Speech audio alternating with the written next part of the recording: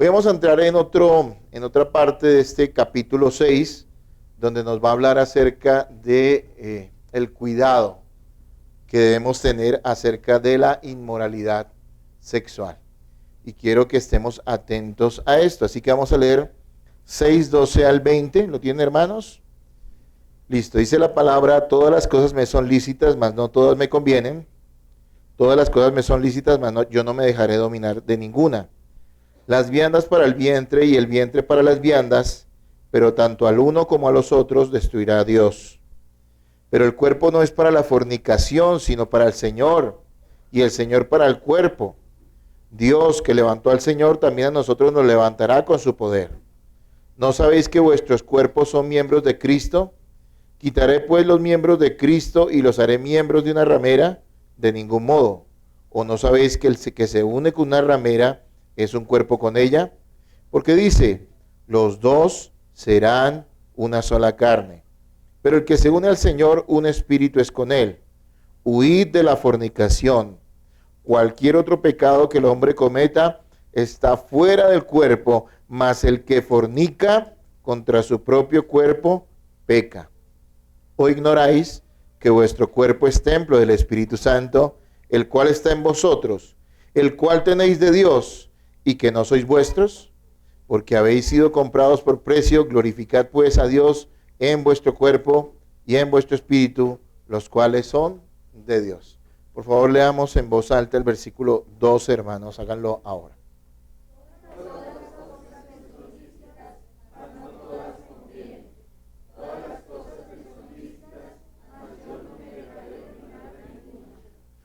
Algo que sabemos es que la iglesia de Corintio estaba afectada por su entorno cultural. ¿Cuál era el problema o la raíz del problema?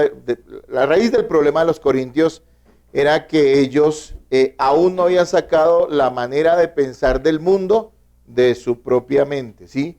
Y obviamente estaban trayéndose a la congregación, a la iglesia. Eso había hecho que, digamos, ellos se dividieran en bandos, que era algo que practicaba su cultura. Se afiliaban alrededor de un filósofo y lo defendían a capa y espada. Y creían que los predicadores de la iglesia, los maestros, eran así. Pablo les corrige. Ellos son de Cristo, no son de los predicadores, y deben más bien recibir la enseñanza de ellos pensando en glorificar a Dios. También los corintios eran tolerantes con el pecado, al igual que la gente de su época no veían como algo grave ciertos pecados. Y ya hemos visto en los capítulos anteriores cómo ellos toleraban el incesto de uno de sus miembros, lo cual fue muy grave, y Pablo los llama a tratar duramente ese pecado en medio de la iglesia. Y lo último que estábamos viendo era que ellos estaban demandando los tribunales, estaban llevando sus asuntos a los incrédulos, y esto era algo completamente, algo que estaba muy mal, ¿ok? En ese sentido, hay algo que también estaba muy metido dentro de la cultura griega, que era la cultura de los corintios. Ellos eran una ciudad que estaba en medio de Grecia, en la región de Grecia, aunque estaba bajo el gobierno romano, ¿sí? Y algo que era muy fuerte allí era la inmoralidad sexual. Eso lo vimos, si usted se acuerda, en la introducción que hace ya varios meses, ya hace casi un año, hicimos de la iglesia, de la epístola a los corintios. Los corintios estaban en una ciudad que era conocida por su inmoralidad sexual. Era algo extremo, ¿sí? Y ellos en medio de esa ciudad, y como todavía estaban permitiendo que la manera de pensar del mundo, ¿sí?, los dominara, y trataban de aplicar eso a la congregación, a la iglesia de Cristo. Pablo está corrigiendo todo eso en esta epístola. Hermanos, vemos que para estos cristianos de la iglesia de Corintio era muy difícil, o lo estaban viendo así, o lo estaban permitiendo así, apartarse de la inmoralidad sexual de la cual estaban rodeados. Era una ciudad que estaba entregada a la inmoralidad sexual, al pecado sexual. Corinto era una ciudad donde se le rendía culto al sexo, literalmente, no como una forma de decir que les gustaba mucho, sino que había una forma religiosa de rendir culto al sexo, al pecado sexual, ¿sí? La prostitución era común, y no era mal visto que un hombre se allegase a una ramera. Y era normal la promiscuidad. Es decir, estaban en un lugar realmente muy, muy afectado por la inmoralidad sexual. Vemos que hoy no es muy diferente. Hoy no es muy diferente. Algo que caracteriza a los incrédulos es hacer uso de su cuerpo para todo tipo de inmoralidad sexual. Ciertamente no todo el mundo practica todos los pecados en este sentido, pecados de inmoralidad sexual, pero todas las personas aceptan, digámoslo así, este tipo de prácticas, ¿no? Y hoy vemos que en nuestra sociedad, en nuestra cultura, las personas piensan en el pecado sexual, las personas celebran el pecado sexual, las personas cantan el pecado sexual, porque de eso se trata la música de hoy en día y la de hace mucho tiempo también. Se cantan el pecado sexual, les gusta ver el pecado sexual y les gusta practicar el pecado sexual. Así que lo que vamos a ver hoy y el próximo domingo, terminando el capítulo 6, es muy importante, hermanos, porque nosotros también estamos en medio de una cultura que le rinde culto al pecado sexual, a la inmoralidad sexual, y es algo que está allí presente en la iglesia y que nosotros debemos tener claro que es un pecado terrible contra Dios, pero que también hay gracia en Cristo para salir de ello. Si bien este tipo de pecados afectaba terriblemente a los incrédulos, y en Corintio lo hacía, pues los creyentes también estaban expuestos a ese tipo de tentación. Parece, y obviamente entendemos que es así, que muchos en la iglesia de Corinto, que habían sido liberados porque habían sido salvados por Cristo de este tipo de prácticas inmorales, habían vuelto a pecar de esta forma contra Dios, pero con un agravante aún peor, y era que ahora lo justificaban. Aducían que como eran libres en Cristo, pues no había ningún problema en que ellos practicaran este tipo de pecados. La libertad que tenían metida en la cabeza muchos corintios no era libertad, era libertinaje. Y de hecho, el título de la enseñanza de hoy, para los que anotan, es libertad o libertinaje. Pero hoy vamos a ver la primera parte, ¿sí?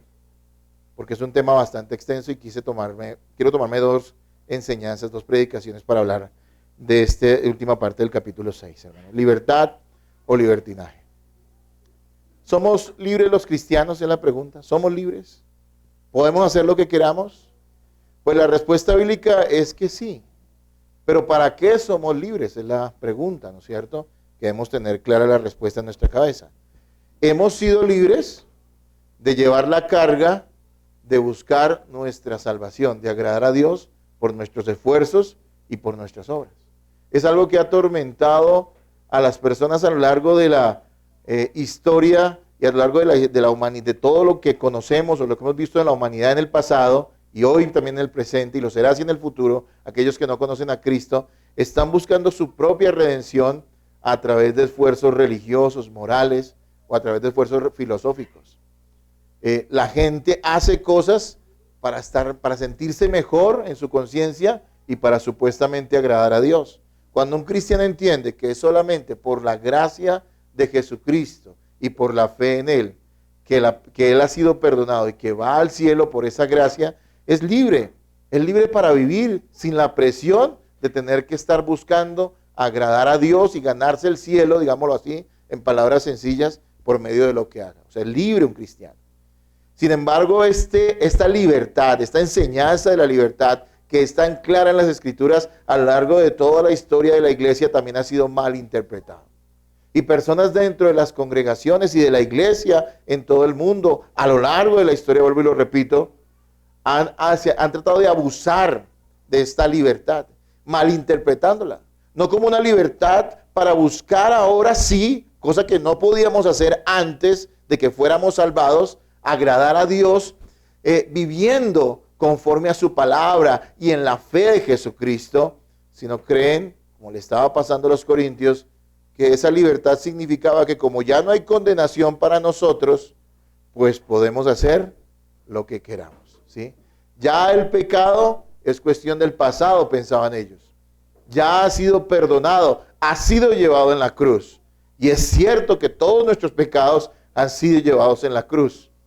Pero, amados hermanos, de ninguna manera un verdadero creyente puede pensar que eso le da licencia para abusar de esa libertad que ahora tiene en Cristo. Hermanos, nosotros podemos hacer mal uso de esa libertad y desenfrenarnos. Eso se llama libertinaje, el mal uso de la libertad y el desenfreno. ¿Qué es el desenfreno? No poner límites a las cosas que hacemos. Nuestro límite no es propio, nuestro límite está en la Escritura. Hay una guianza clara acerca de cómo nos debemos conducir los que ya hemos sido libres en Jesucristo, porque esa libertad no significa libertinaje. Bueno, los corintios estaban excusando en eso, y Pablo tiene que aclarar las cosas, tiene que poner las cosas en su sitio, porque él sabe que el pecado sexual es algo terrible que puede hacer grandes daños a la iglesia y que deshonra grandemente el nombre de Dios. Hermanos, primero que todo entendamos qué son o para qué fueron dadas, para qué Dios nos dio ese precioso regalo que es las relaciones íntimas, las relaciones sexuales. Las relaciones sexuales, hermanos, son un regalo de Dios para que dentro del matrimonio, y esto tiene que quedar claro, para que dentro del matrimonio podamos expresar nuestro amor de una manera íntima, placentera y satisfactoria. Y vuelvo y se lo repito para que les quede claro. Las relaciones sexuales son un regalo de Dios porque Él fue el que nos lo dio. Para que dentro del matrimonio podamos expresar nuestro amor de una manera íntima, placentera y satisfactoria. La unión sexual entre marido y mujer representa la unión íntima que existe entre Cristo y su iglesia. Y por eso es elevado tiene un carácter sagrado, las relaciones íntimas dentro del matrimonio. Ya vamos a entrar al capítulo 7 y les voy a decir algo, el capítulo 7 es súper interesante. Nos va a hablar de la soltería, nos va a hablar del matrimonio, nos va a hablar de la separación, nos va a hablar de temas que usted debe conocer. Y todo está dentro del contexto de la idea que le está llevando acerca de apartarse de la inmoralidad sexual y no usar la libertad en Cristo como motivo para el libertinaje. Todo va en ese orden de ideas. Y ya vamos a llegar al capítulo 7. Pero recordemos que el sexo es una bendición. Representa la unión íntima entre Cristo y la iglesia y es la forma que Dios determinó usar para que la raza humana se reproduzca. La intimidad sexual está implícita en el mandato matrimonial. Génesis 2:24 dice lo siguiente: por tanto dejará el hombre a su padre y a su madre y se unirá a su mujer y serán una sola carne. Esa sola carne habla de una unión íntima, profunda, que solo puede existir entre dos personas que no solamente se unen legalmente o con testigos, ¿sí?, en matrimonio, sino que también experimentan la unión íntima y sexual como pareja, como matrimonio. Por eso Pablo más adelante aquí en el capítulo 6, que no lo vamos a ver hoy sino la otra semana, va a usar esa semejanza del matrimonio y va a decir, ¿cómo se les ocurre a ustedes? No sean tan locos, tan brutos tal vez mejor, unir su cuerpo con una ramera, si ustedes son parte del cuerpo de Cristo. No ven que el que se une con alguien es una sola carne, es un solo cuerpo con él. Bueno, de esa manera es que entendemos que el sexo es una gran bendición, pero que tiene unos parámetros claros establecidos para que cumplan su propósito de glorificar a Cristo, porque aunque nos parezca un poco extraño lo que voy a decir, las relaciones sexuales dentro del matrimonio sí glorifican a Cristo. Y de hecho nos lo va a decir ahorita en el capítulo 7, nos va a decir que lo que antes del matrimonio se prohíbe y lo llama fornicación, después del matrimonio lo manda y les dice no se abstengan de tener relaciones íntimas para que el diablo no los tiente.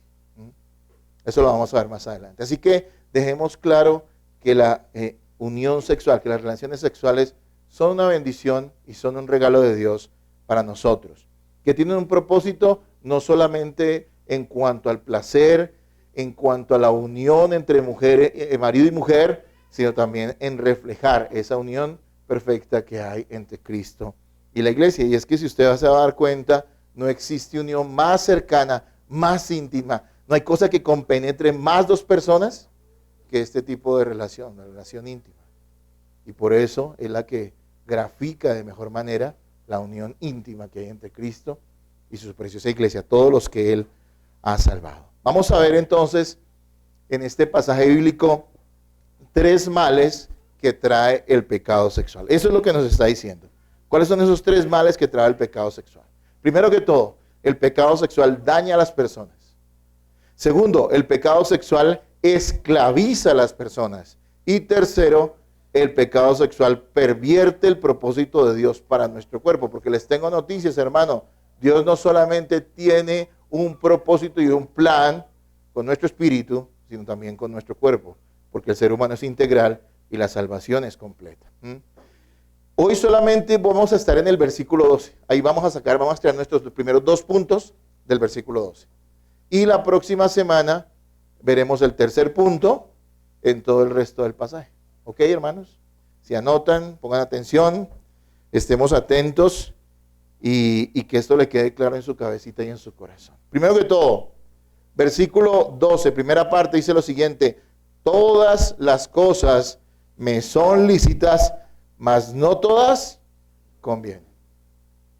Todas las cosas son lícitas, mas no todas convienen. Primer punto, hermano, que quiero que veamos hoy. El pecado sexual daña a las personas. Como aquellas estafas que prometen grandes ganancias, ¿no? Y está muy de moda, ¿no? Hace muchos años este tipo de estafas. Como aquellas estafas que prometen grandes ganancias, pero que terminan arruinando a las personas. El sexo ilícito promete mucho placer, pero trae destrucción. ¿Por qué Pablo usa esta expresión? Todas las cosas me son lícitas. Pareciera que fuera una doctrina, pero no, la realidad es que él está rebatiendo un argumento que tenían los corintios metido en la cabeza. Y era parte de la cultura de su época, de lo que ellos creían, era una ideología también, digámoslo así, en esa cultura griega, que creía que al ser el cuerpo irremediablemente malo, todo lo que se hiciera con él no afectaba el espíritu. ¿Sí? Eso era algo como el gnosticismo. O sea, el cuerpo es malo. La idea era la siguiente, lo que ellos pensaban era lo siguiente: el cuerpo es malo, nada que hacer, es malo y malo y malo. Así que tenemos una parte física del cuerpo y tenemos una parte espiritual, y el espíritu siempre es puro. Así que lo que usted haga con su cuerpo de ninguna manera afecta su espíritu. Y Pablo les va a decir, de ninguna manera, eso no es así. Porque ustedes tienen que glorificar a Dios con su cuerpo. También lo dice en Romanos 12, ¿no? Que presentemos nuestro cuerpo como nuestro culto, como nuestro culto racional, como nuestro sacrificio, como un sacrificio vivo, santo y agradable al Señor. Porque es que esas ideas corrían en esas épocas, ¿sí? Hoy no es diferente en algunos sentidos. Hay mucha gente, y es posible que algunos aquí lo tengan esa idea en su cabeza, que piensen que a pesar de lo que hacen, en el interior ellos son buenos, ¿no? ¿Y cuántas veces nos hemos estrellado con personas que al predicarles el evangelio nos dicen, no, pero Dios conoce mi corazón. Yo sé, yo hago eso, pero yo soy bueno, ¿sí? Ellos de una u otra manera están pensando de la misma manera, de la misma forma en que lo hacían estas personas en la antigüedad. Ok, yo puedo hacer cosas, pero eso es indiferente, eso es completamente aparte de lo que soy. Pero la Biblia nos enseña que uno es y por lo tanto hace. Y el pecador lo único que puede hacer es ¿qué? Pecar. Y eso no surge de la materia, sino surge del corazón. Y se expresa en el cuerpo pecaminosamente, pero está dentro del hombre, ¿sí? Y esas son ideas que tenemos que tener muy claras para entender este pasaje bíblico. ¿Por qué dice, todas las cosas me son lícitas? Muchas personas han usado este pasaje mal, ¿no? Y han dicho, no todo conviene, pero de todas maneras usted se puede hacer cualquier cosa. No, Pablo no está diciendo eso, él está rebatiendo eso, ¿sí?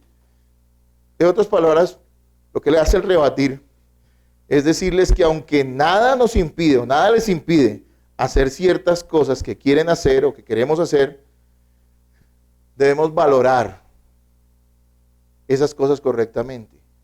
No por el placer que producen, sino por las consecuencias que tienen.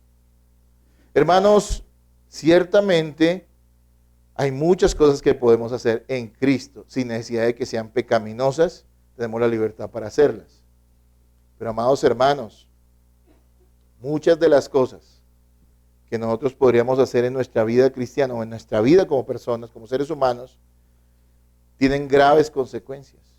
Y la conveniencia que busca el cristiano no es la conveniencia del mundo. Es la conveniencia que tenemos de ¿qué? De buscar agradar a Dios. Lo que nos conviene a nosotros es querer agradar a Cristo en todo lo que hacemos. Por eso Pablo les dice, bueno, ciertamente ustedes pueden hacer muchas cosas, ¿no? Hay personas que a veces todavía tienen ideas, bueno, o las tenían en el pasado, de que al ser cristianos, si iban a pecar, Dios iba a hacer algo extraordinario para que no lo hicieran. ¿A qué me refiero? A que iba a salir un rayo, iba a caer un rayo del cielo, o no sé qué cosas extrañas puedan surgir y que iban a impedir de una forma asombrosa que usted pecara. Pero resulta que las personas pecan, aunque sean cristianas. Digámoslo así, tienen la libertad, entre comillas, para hacerlo. Y sin embargo, no todo lo que hacen trae buenas consecuencias a su vida. Ni busca el provecho de su alma para glorificar a Dios.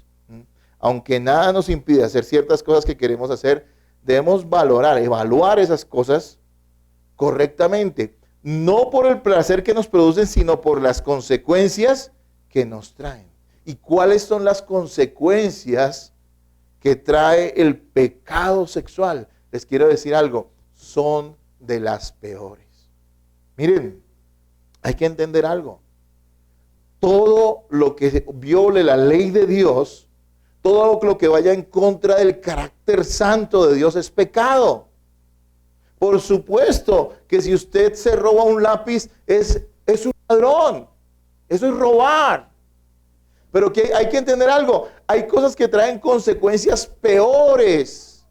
Y hay unos pecados que traen consecuencias terribles en esta vida y aún causan más desagrado a Dios, aunque cualquier pecado desagrada a Dios.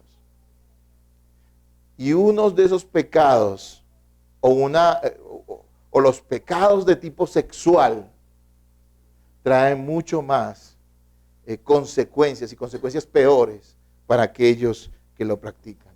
Y por eso Pablo se toma el tiempo de decirles, tengan cuidado, glorifiquen a Dios con su cuerpo. ¿Qué consecuencias tiene el pecado sexual? Son de las peores. Aparte del placer, no traen nada bueno. Son de esas cosas que usted dice, producen placer un momentico, pero a la larga no producen nada bueno. Es como las drogas, ¿no? Las personas que han andado en las drogas, bueno, gracias a Dios no han dado en eso, muchas personas no han dado eso, pero los que han andado en eso dicen que cuando consumen, experimentan un placer muy elevado, que no se podría comprender. Alguna vez escuché a alguna persona, es algo que no se entiende, o es la euforia que no produce otra cosa, ¿sí? Así que ellos experimentan un gran placer cuando consumen drogas y de hecho por eso lo hacen. Pero les pregunto, aparte de eso, ¿qué beneficio trae las drogas a las personas? Ninguno. Lo único que trae es ¿qué? Problemas. Ahora bien, el sexo, yo diría que es peor. El sexo ilícito, el sexo pecaminoso, la inmoralidad sexual, es aún peor que las drogas.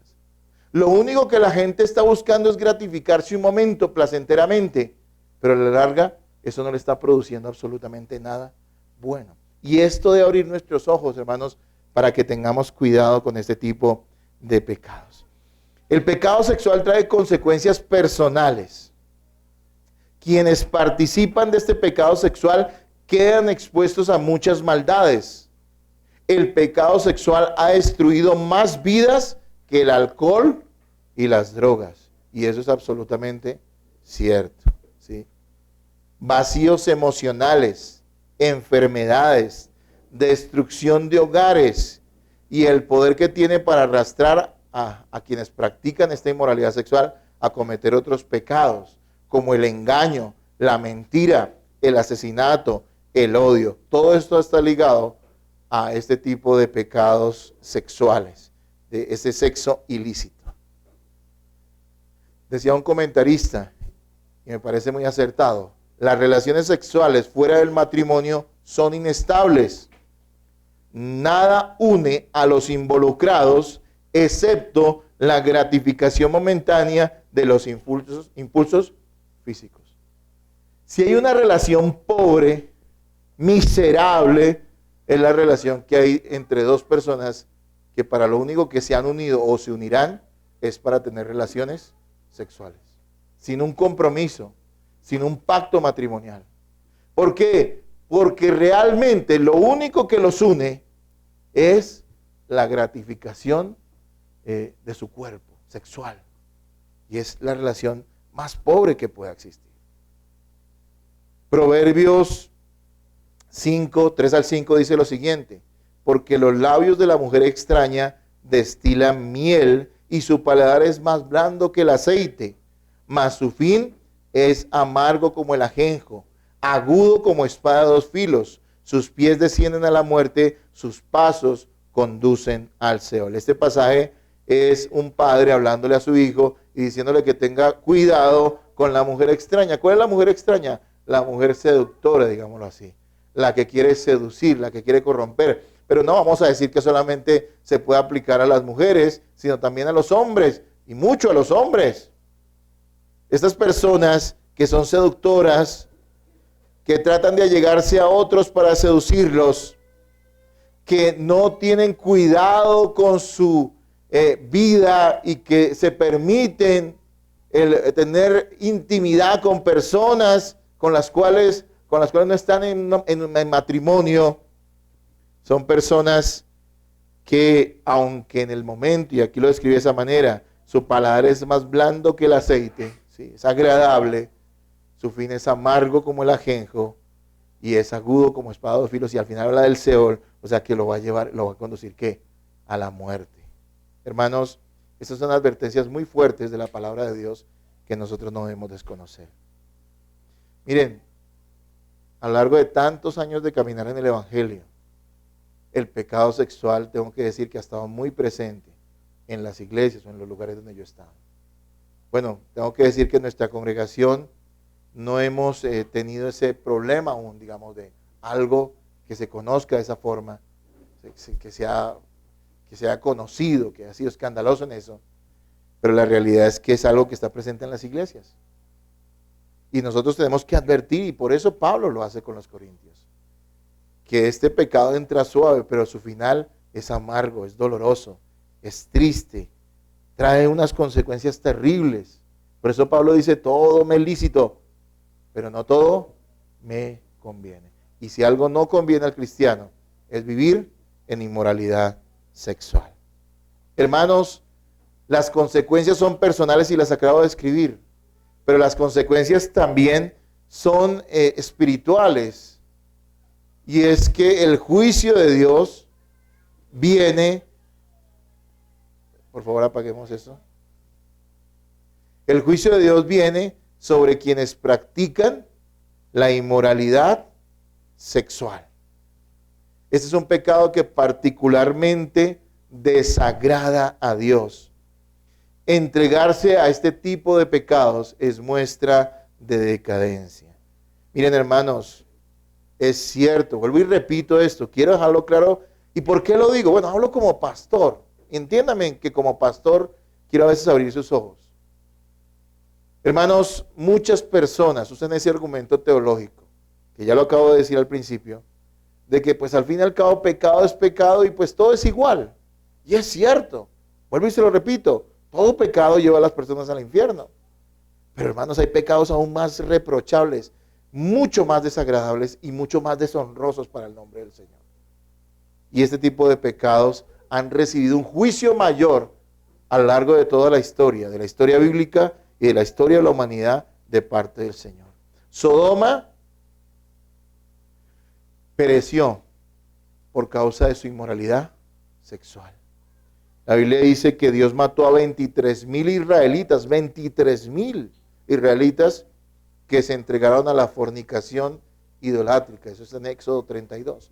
Cuando Moisés bajó, ¿qué encontró? Cuando bajó del monte Sinaí, donde Dios le dio las tablas de la ley, ¿qué encontró abajo? ¿Qué estaba haciendo el pueblo? Estaba entregado a la idolatría.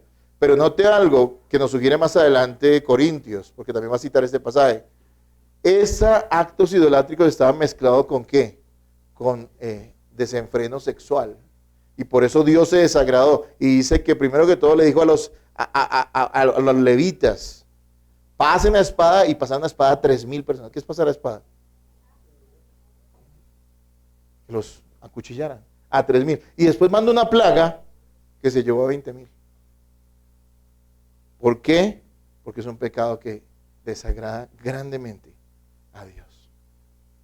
David fue perdonado. Recordemos que el pecado de David fue haberse acostado con una mujer que no era su esposa, haberla seducido, haber hecho que a su esposo lo mataran para que él pudiera casarse con ella. Eso una novela se queda cortica, pero es lo que dice la Escritura. Terrible, terrible. Ahora, Dios perdonó a David, pero las consecuencias vinieron sobre él. Y el profeta Natán, quien le señala su pecado, dice lo siguiente en 2 Samuel 12, 10 al 14. Dice 12, 10 y 14, perdón.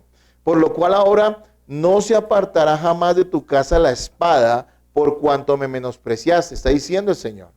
Y tomaste la mujer de Urías Eteo para que fuese tu mujer.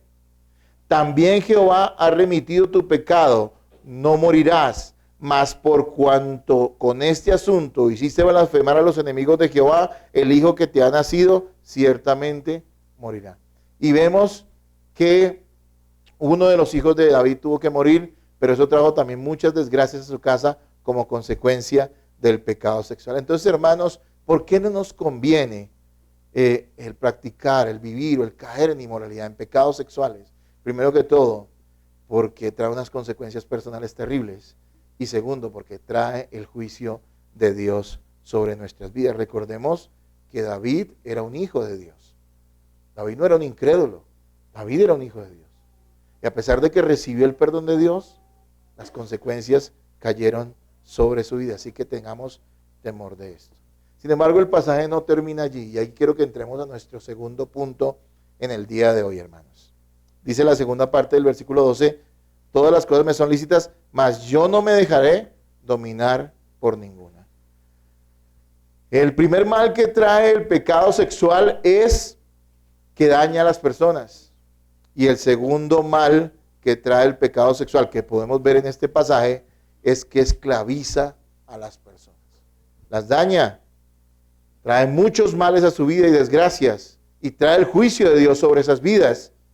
Pero segundo, los esclaviza. Todas las cosas me son lícitas, mas yo no me dejaré dominar de ninguna. Ningún pecado esclaviza más que el pecado sexual. Algunos de los corintios habían vuelto a caer en este tipo de pecados en nombre de la libertad cristiana y ahora no podían abandonarlos. Somos libres para hacer lo que nos agrada, pero muchas de estas cosas terminan controlándonos, sometiéndonos y apartándonos de la voluntad de Dios. ¿Cuántas personas piensan que si cometen algún pecado ya no tendrán necesidad de volverlo a hacer? Y después se encuentran esclavizados a ellos. ¿Qué pasa con el pecado sexual? Que esclaviza. Las personas no caen una vez en este pecado. Las personas crean un hábito, un vicio respecto a este pecado. Por eso uno ve que muchas personas terminan esclavizadas a esto. El pecado sexual es algo que atrapa a las personas. Y la Biblia dice que nosotros debemos huir de este tipo de pecado porque es algo que puede atraparnos, que puede envolvernos. Del pecado sexual hay que huir. Es un impulso demasiado fuerte como para darse libertades con él. Nadie piense que puede controlarlo si le cede terreno. Hermanos, en el pasado escuchaba a jóvenes que caían en este tipo de pecado, de la fornicación con sus novias. Supuestamente ambos eran cristianos o algo así. ¿Y cuál era la promesa que hacían? Inmediatamente caía. Yo estoy seguro que se la hacían a Dios. Le voy a dar un consejo en su vida: usted nunca le haga promesas a Dios. Dios no le está pidiendo que le haga promesas. Usted simplemente sométase a su palabra. Pero ¿cuál era lo que decían estos jóvenes? Me lo decían a mí como pastor. Pastor, sabemos que nunca más lo vamos a volver a hacer. Pero nosotros queremos seguir juntos. Vamos a orar y vamos a ayunar mucho para que el Señor nos libre de esto. Esa es una expresión necia. No van a salir de eso. Es muy fuerte y le han cedido terreno.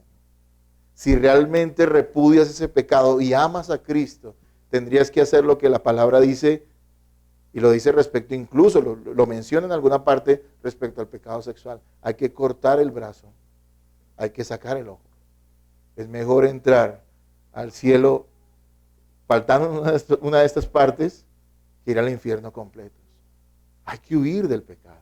Por eso dice él, más adelante lo va a decir Pablo, huyan de la fornicación, huyan de ella. No la enfrenten, no piensen que la pueden dominar, van a seguir cayendo en eso. El consejo bíblico para evitar involucrarse sexualmente con alguien es sencillo. El consejo bíblico para evitar involucrarse sexualmente con alguien es sencillo.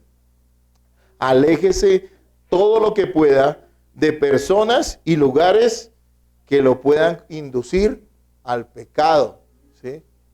No es algo místico, no es algo extraño. Claro, todo esto tiene que ir acompañado con una vida de comunión con Dios, con oración, con estar involucrado con la iglesia, porque eso es una fortaleza para nosotros como cristianos.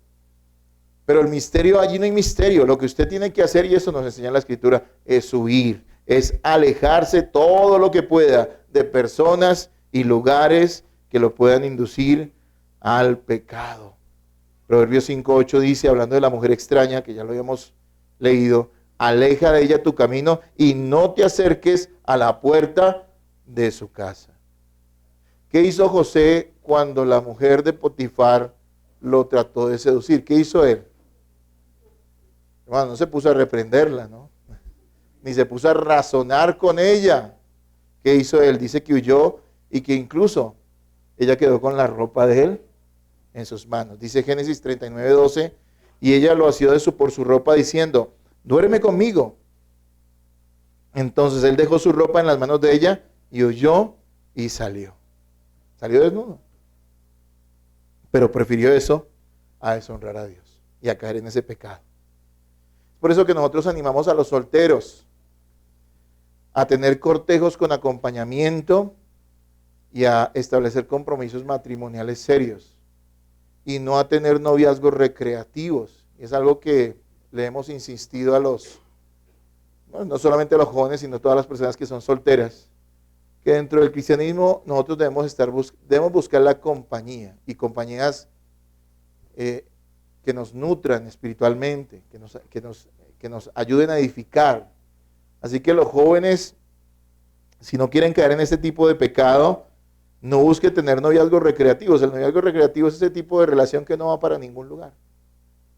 Hoy la gente se dice ser novio o novia, que bueno, ese es un tipo de relación, no sé cómo es el asunto ahí. Pero incluso a muchos de esos jóvenes usted les pregunta, bueno, ¿y se van a casar? Y que a veces, ¿qué le dicen ellos? Dicen, no, pero ¿cómo se le ocurre? Ay, ¿cómo? Sí, a mí me han dicho muchos, pero ¿qué le pasa? Entonces, ¿para qué son novios? Si no se van a casar.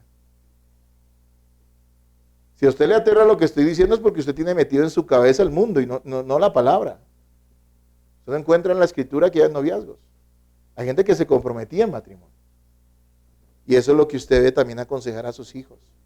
Y que cuando sus hijos estén interesados en una persona, en la edad en que puedan interesarse por una persona, usted los acompañe. No sea el papá que deja o la mamá que deja que sus hijos allá ellos verán, sino que usted esté ahí con ellos. ¿Sí? Que usted los acompañe, que esté vigilando en qué andan. ¿Sí? Obviamente con sabiduría, con prudencia. Habrá que hablar de esto en otra ocasión, más detalladamente. Pero que usted esté interesado. ¿Sí? Que usted tenga un control de los horarios, del tiempo en que se ven esos muchachos. Y también tenga claro cuándo es que ellos se van a casar. Hermanos, así debe ser para evitar tentaciones que puedan conducir a las personas a la fornicación. Y también le pedimos y amonestamos y animamos a las personas que son casadas a ser sabias y prudentes en las relaciones que tengan con personas del sexo opuesto. Nosotros podemos tener una relación de amistad con una persona que es del sexo opuesto, una mujer con un hombre con una mujer. Yo creo que sí, pero ¿saben qué pasa? Eso tiene que ser con mucha prudencia. Especialmente si usted puede reconocer que tiene algún gusto por esa persona. Usted tendría que ser honesto y en ese caso apartarse y alejarse. ¿Por qué? ¿Somos retrógrados los cristianos? No, queremos agradar a Dios y nos conocemos. Nosotros no confiamos en nosotros mismos, confiamos en la gracia de Dios y la gracia de Dios nos dice que nos alejemos del pecado. Como decía un predicador, su hijo algún día le va a decir, no confíes en mí. ¿Y usted qué tendrá que responderle? No, no confío en ti. Porque ¿sabes qué, hijo? No confío tampoco en mí. Sé que soy carne, sé que soy débil y sé que debo tener cuidado. Hombres, matrimonios, anden con su esposa, anden con ella para arriba y anden con ella para abajo. Que su esposa sea su compañera, que su esposa sea su amiga, que su esposa sea quien esté al lado suyo. Así debe ser, amén. Mujeres, valoren a sus maridos y estén al lado de ellos. Anímenlos a ser cabezas de hogar. No los destruyan, no los desanimen. ¿Por qué? Porque todo este tipo de cosas a veces las aprovecha el diablo para sembrar tentaciones en nuestro corazón en las cuales podemos caer. Y muchas de ellas tienen que ver con este aspecto de el pecado sexual. Hay que huir. Esclaviza. Proverbios 6, 27, 29 dice lo siguiente: ¿tomará el hombre fuego en su seno sin que sus vestidos ardan? ¿Andará el hombre sobre brasas sin que sus pies se quemen? Así es el que se llega a la mujer de su prójimo, no quedará impune ninguno que la tocare. Miren la figura que me parece genial que usa la palabra. Dice, ¿alguien podrá caminar sobre brasas sin que sus pies se quemen? Y hay personas que juegan con eso. Tienen una cercanía indebida con mujeres, siendo hombres casados.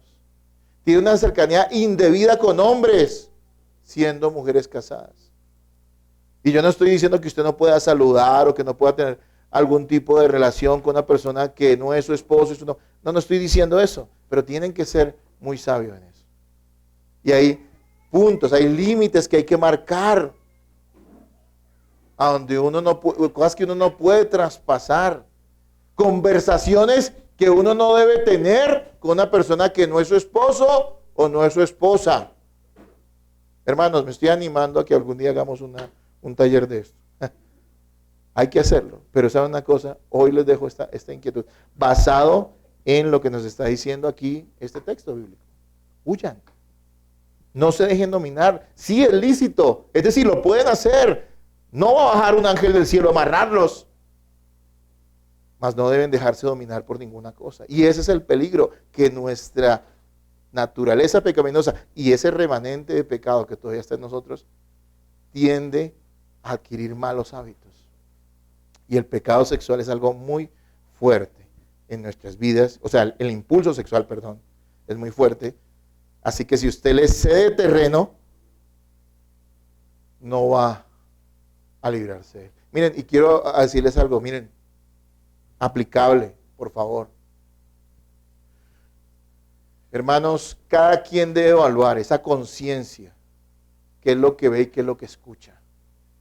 Pero recuerde que como cristiano, usted dice, y dice Filipenses, que nosotros debemos pensar en todo lo bueno, en todo lo puro, en si hay algo digno de alabanza, ¿sí? En todo lo que es de buen nombre, ¿sí? Eso debe llenar nuestra mente. De la mente salen, del corazón inicialmente, y después pasan a la mente esos pecados que después nosotros terminamos, ¿qué? Consumando. Hoy en día, mucha gente que es cristiana se da la libertad respecto a lo que escucha y a lo que ve. Hermanos, a todos nos gusta ver una buena película, a mí también. pero uno tiene que seleccionar qué es lo que ve. Y también tiene que seleccionar qué es lo que sus hijos ven. No empieza a sexualizar, a permitir que sus hijos sean sexualizados desde pequeños. Pero usted que ya es grandote sabe que también eso puede llegar a su mente y esclavizarlo. Esas imágenes. No estoy diciendo que usted esté viendo cosas como la pornografía, que es terrible, sino aún en una película usted tiene que tener cuidado con eso. Y lo que escuchamos, yo no le voy a decir a usted qué tipo de música escuchar, pero le voy a decir algo, gran parte de la música secular es una música que está contaminada con esta cuestión del sexo, ¿no? Y lo que yo he dicho, yo sé que muchos hasta les parece chistoso que yo digo que odio el reggaetón, y sí, la verdad lo odio, pero saben que una de las cosas que me aborrezco de eso es el uso burdo, sucio, bajo que hacen del sexo. Alguien que esté en Cristo, alguien que tenga el Espíritu Santo, no se puede deleitar en esas cosas. No se puede deleitar en canciones que hablen de adulterio, de fornicación, de engaño. Sí, incluso dentro de la música secular hay canciones que uno podría decir son bonitas, son escuchables. Claro que sí. Pero hay que tener mucho cuidado, hermano, con lo que escuchamos. Porque esas ideas empiezan a llegar a nuestra cabeza. No sé, me meto esto como una aplicación, de pronto ni siquiera lo tenía pensado dentro de la enseñanza, pero creo que es muy apropiado. Que nosotros entendamos que si queremos evitar la inmoralidad sexual, eso tiene que empezar desde el comienzo, desde los pequeños detalles. Ok, amados hermanos, tengamos eso claro. La conclusión que podríamos sacar de esta primera parte de esta enseñanza es la siguiente. La libertad, es decir, el perdón garantizado que tenemos en Cristo, jamás debe llevarnos al libertinaje. Volver a la esclavitud de pecados de los cuales ya hemos sido perdonados. Tener libertad en Cristo, tener la garantía de que nuestros pecados han sido perdonados, de ninguna manera debe llevarnos a nosotros a ser libertinos, a hacer un mal uso de esa libertad y a volver a la esclavitud, como le estaba pasando a los corintios, algunos de la iglesia de Corinto. Pero estaba llevando nuevamente a la esclavitud de esos pecados. Si ya hemos sido liberados de ellos, ¿por qué ponernos otra vez la cadena? Así que, hermanos, tengamos cuidado con eso. Amados, la debilidad que tenemos frente al pecado sexual es algo que debe llevarnos a reconocer nuestra absoluta necesidad de que Cristo nos salve y nos sostenga. Cuando usted sabe que esta tentación es fuerte, que este pecado está allí a la sombra, tenemos que entender que no vamos a ganar esa lucha en nuestras fuerzas y debemos llevar a reconocer que nuestra naturaleza es demasiado débil y que tiene demasiado hacia el pecado. Y por eso nosotros tenemos que ver en Cristo, en el Señor, quien rompió esas cadenas, al único que puede librarnos de ella. Solo Cristo, hermanos. Y si usted no es creyente, quiero decirle que solo Cristo. El hecho de que usted pueda reconocer que usted está pecando, que es débil, que está esclavizado en alguna forma a la inmoralidad sexual, al pecado sexual, debe llevarlo hoy a usted a entender que usted necesita que Cristo lo salve, porque eso demuestra lo pecador que es y lo perdido que está. Solo Cristo puede salvarnos. Y también a los cristianos, solo Cristo puede sostenernos. Andemos en comunión con Él. Ratifiquemos o reafirmemos, más bien, discúlpeme, reafirmemos nuestra fe cada día, por medio del estudio de la palabra, de la oración, y también evitando aquellas cosas que nos puedan conducir hacia el pecado.